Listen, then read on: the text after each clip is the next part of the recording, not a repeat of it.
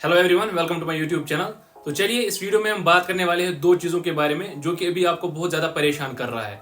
Number one है यहाँ पे सीट मैट्रिक्स कॉस्ट का, और नंबर टू कि सिलेबस क्या होने वाला है आपके एग्जाम के लिए। तो दोनों चीज़ें यहाँ पे स्कॉस्ट की वेबसाइट पे आ चुकी है और वो भी 100% ऑफिशियल। यहाँ पे स्कॉस्ट का सीट मैट्रिक्स इसलिए इंपॉर्टेंट है इस साल क्योंकि आपने देखा होगा जो रिजर्वेशन पॉलिसी है वो चेंज हो चुकी है। जैसे कि स्कॉस्ट में हुई है ऐसे ही नीट में भी हो जाएगा लास्ट में, ठीक है ना। तो सीट्स यहाँ पे हमें देखनी है कि किस कैटेगरी की कितनी है अभी, और ऐसे ही नीट का भी होगा फिर, ठीक है। तो ये आपको अभी हिंट देगा कि कितनी सीटें आपकी कटने वाली है नीट में भी। और साथ ही साथ हम यहाँ पे जानेंगे कि सिलेबस क्या है एक्चुअल में अब आपका, ठीक है। क्योंकि कॉस्ट का सिलेबस भी चेंज हुआ है, जैसे कि आपने देखा होगा नीट का सिलेबस चेंज हुआ है। असल में एनसीईआरटी बुक्स पे जो डेटा था उसमें से कुछ डिलीट किया गया है, तो वही अब जो अपडेटेड सिलेबस है वही आपके कॉस्ट में भी आएगा, या बीएससी नर्सिंग वाला एग्जाम होगा उसमें भी वही आएगा, या जैसे कि हमारा यहाँ पे नीट है उसमें भी वही सिलेबस होगा, ठीक है। चलिए सबसे पहले हम यहाँ पे देखते हैं कि यूजी कोर्सेज के लिए क्या आया है अब नया यहाँ पे इन्फॉर्मेशन ब्रोचर में, ठीक है।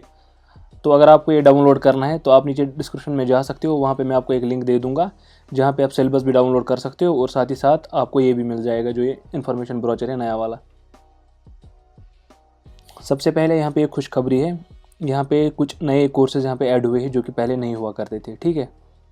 ये तो अपने वाले कोर्स है जो कि आप यहाँ पे देख सकते हो, BVSC एंड एनिमल हस्बेंड्री, ये तो पता ही है सारा कुछ।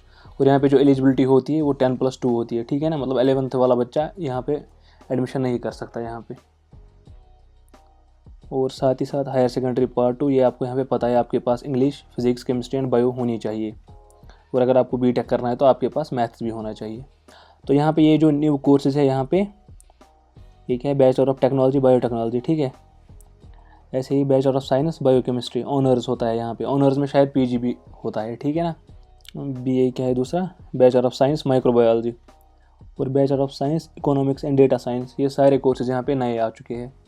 और इनकी एलिजिबिलिटी की बात करें तो यहाँ पे आप देख सकते हो सेम ही है लगभग। यहाँ पे बायोटेक्नोलॉजी में उन्होंने लिखा है बायो या मैथ्स, यहाँ पे ये सारा कुछ होना चाहिए, ये आप देख सकते हो। यहाँ पे हम कुछ नया देखेंगे।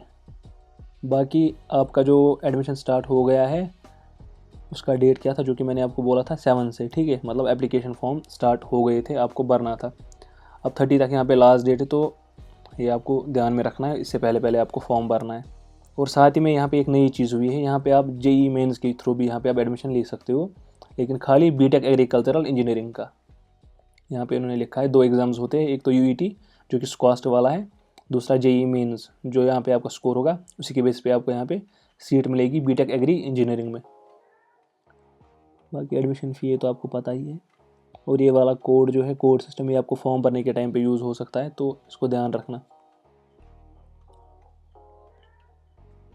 एक सेकंड, कुछ और था यहाँ पे। ये सीट मैट्रिक्स में आपको दूसरा दिखाऊंगा अभी, जहाँ पे मैंने कंपेयर किया है कि पहले क्या था और अब क्या है।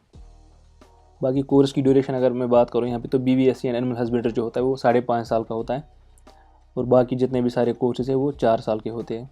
और अगर हम ये जो नए कोर्सेज आए हैं इनकी बात करें यहाँ पे, तो यहाँ पे माइक्रोबायोलॉजी का देखो, जो भी ऑनर्स वाला है ना वो 4 साल का है, 8 सेमेस्टर्स होने वाले हैं। बाकी BSc माइक्रोबायोलॉजी 3 साल का है, ऐसे ही बायोकेमिस्ट्री 3 साल का, और इकोनॉमिक्स एंड डेटा साइंस 3 साल का, बीटेक बायोटेक्नोलॉजी 4 साल का। अगर अब हम यहाँ पे फ़ी की बात करें तो ये आप यहाँ पे देख सकते हो, इसका आप स्क्रीनशॉट ले लो। ओपन मेरिट की बात करते हैं पहले। इनका फ़ी विदाउट हॉस्टल फर्स्ट ईयर में है 52,000, ठीक है। और अगर आपको हॉस्टल भी लेना है तो 76,600। सेकेंड ईयर के बाद, सेकेंड ईयर में और सेकेंड ईयर के बाद कितना है, विदाउट हॉस्टल 36,000 और विथ हॉस्टल 52,000। ऐसे ही अगर हम सेल्फ फाइनेंस वालों की बात करें, 2,12,000 फ़ी है और विथ हॉस्टल 2,36,000 है। सेकेंड ईयर के बाद या सेकेंड ईयर में 1,96,000 एंड 2,12,000। बाकी जितने भी सारे कोर्सेज हैं उनका फ़ी यहाँ पे लिख रखा है। फर्स्ट सेमेस्टर में फ़ी है, admission fee and first semester fee 35,900 without hostel and with hostel 53,700। Second year के बाद और सेकेंड ईयर में 18,000 पर सेमेस्टर। यहाँ पे ध्यान रखना है पर सेमेस्टर लिखा है, मतलब 36,000 पर ईयर। यहाँ पे इन्होंने चालाकी की है जैसे। और विथ हॉस्टल 27,800। सेल्फ फाइनेंस के लिए भी आप यहाँ पे देखो। तो अब हम यहाँ पे बात करेंगे जो कि मेन है हमारा यहाँ पे कॉस्ट का सीट मैट्रिक्स, और दूसरा सिलेबस क्या है यहाँ पे। पहले इसका स्क्रीनशॉट ले लो आप, फिर आसानी होगी इसमें, ठीक है। देखो पिछले साल 15% सीट्स यहाँ पे नहीं कटी थी, तो उस वजह से यहाँ पे सीट्स बहुत ज़्यादा थी। और इस साल 15% कोटा, जैसे कि आपको पता है ऑल इंडिया कोटा में 15% सीट्स आपकी गई है, तो उसकी वजह से यहाँ पे सीटें बहुत कम बची है। और उससे भी ज़्यादा काटा, ये मुझे समझ ही नहीं आ रहा है। अगर यहाँ पे 131 सीट्स थी पहले BVSC में, अभी 96 ही कैसे हो गई है? बाकी सीट्स कहाँ गई? या ओपन मेरिट में पहले 42 सीट्स हुआ करती थी, अभी 30 सीट्स ये खाली ओपन मेरिट में। SC में 5 है, ये BVSC की बात कर रहा हूँ यहाँ पे, ठीक है। पहले 7 हुआ करती थी। ST में पहले 8 हुआ करती थी, अभी 12 है। ST में 20% हो गया है। अच्छा ठीक, इसी वजह से 12। अभी हम ये वाला देखते हैं शॉर्ट में, ये कंफ्यूज करेगा आप लोगों को, लेकिन तब भी आप देख लेना कि पहले कितनी सीट्स थी यहाँ पे और अब कितनी है। हम इस साल की बात करेंगे यहाँ पे, इसका आप स्क्रीनशॉट ले लो। BVSC में अभी टोटल सीट्स है यहाँ पे 60, उसके बाद EWS की 6 ये एक्स्ट्रा होती है, ठीक है। सेल्फ फाइनेंस के लिए 30 seats. Government of Jammu and Kashmir, अच्छा जो सर्विस में होते हैं उनके लिए कोई सीट ही नहीं है यहाँ पे, पता नहीं कहाँ रखी है, पहले थी क्या? अच्छा ये पैसे देते हैं फिर लास्ट में। और ग्रैंड टोटल 96 जो कि इस साल होने वाला है, ठीक है। और इसमें से भी आपका हॉरिजॉन्टल रिजर्वेशन कटेगा 4%, PWD, CDP, JK, PM, PMF और SP के लिए। BSc ऑनर्स एग्रीकल्चर के लिए इतनी सीट्स है 175 टोटल में, वैसे 108 है टोटल में। यहाँ पे सेल्फ फाइनेंस और GOJK को ऐड करके ये ग्रैंड टोटल बनता है, ठीक है। इसका आप स्क्रीनशॉट ले लो। बाकी यहाँ पे जो नई सीट्स आई है इससे आपको फ़ायदा मिलने वाला है, मतलब कि जो स्कॉस्ट का कट है, ओवरऑल कट ऑफ जो होता था वो थोड़ा सा कम हो जाएगा इससे, क्योंकि सीटें भी ऐड हुई है। पहले 774 थी, अभी 845 है। इवन यहाँ पे 15% सीट्स कटी है, तो ये ध्यान से देखो, इसका स्क्रीनशॉट ले लो आप। यहाँ पे अगर मैं बताऊँ कि कौन कौन सा कोर्स अच्छा है, सबसे पहले यहाँ पे अगर मैं होता BVSC के लिए जाता। उसके बाद ये डिपेंड करता है आपका कि ये क्या था, मतलब ना इंटरेस्ट किस में है आपका। मेरा यहाँ पे ये बनता BVSC एंड एज। दूसरा मैं किसको पसंद करूँगा यहाँ पे, देखो बायोटेक भी मुझे अच्छा लगता है और स्कोप भी होता है इसका, ठीक है।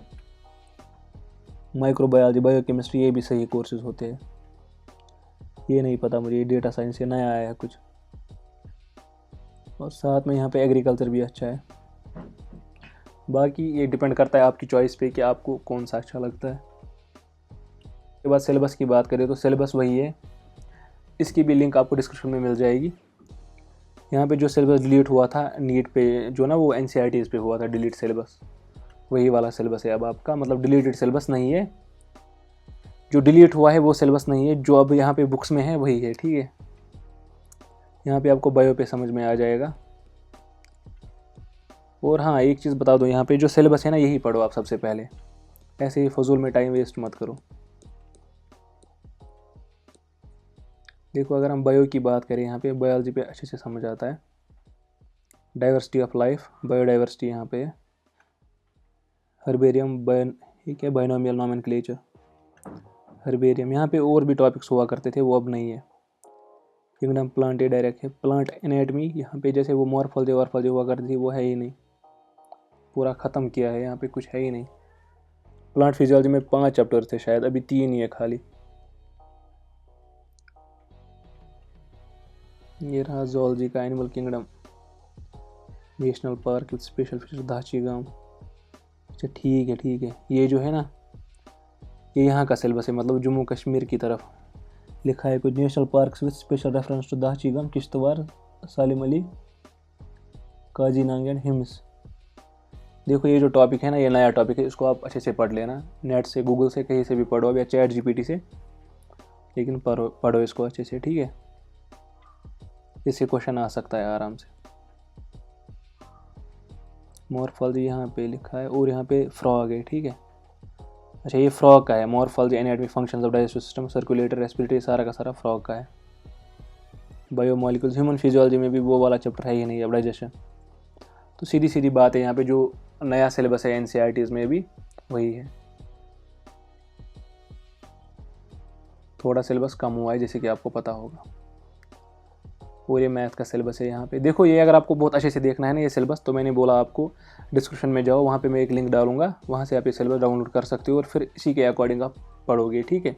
ऐसे ही फजूल में कुछ भी नहीं पढ़ोगे, ये आपको सीधे सीधे बताया स्कॉस्ट वालों ने कि इससे बाहर कुछ भी नहीं पढ़ना है, ना ही इससे बाहर क्वेश्चन आएगा। तो अपना टाइम वेस्ट मत करो फजूल चीज़ों में, यही पढ़ो। तो अगर अभी आपको कोई भी डाउट है यहाँ पे सीट मैट्रिक्स में या इस सिलेबस में, तो आप मुझे कमेंट सेक्शन में पूछ सकते हो, यहाँ पे मैं आपकी हेल्प करूँगा वहाँ पे आपको समझाने में, ठीक है। तो बस इस वीडियो में इतना ही, थैंक यू।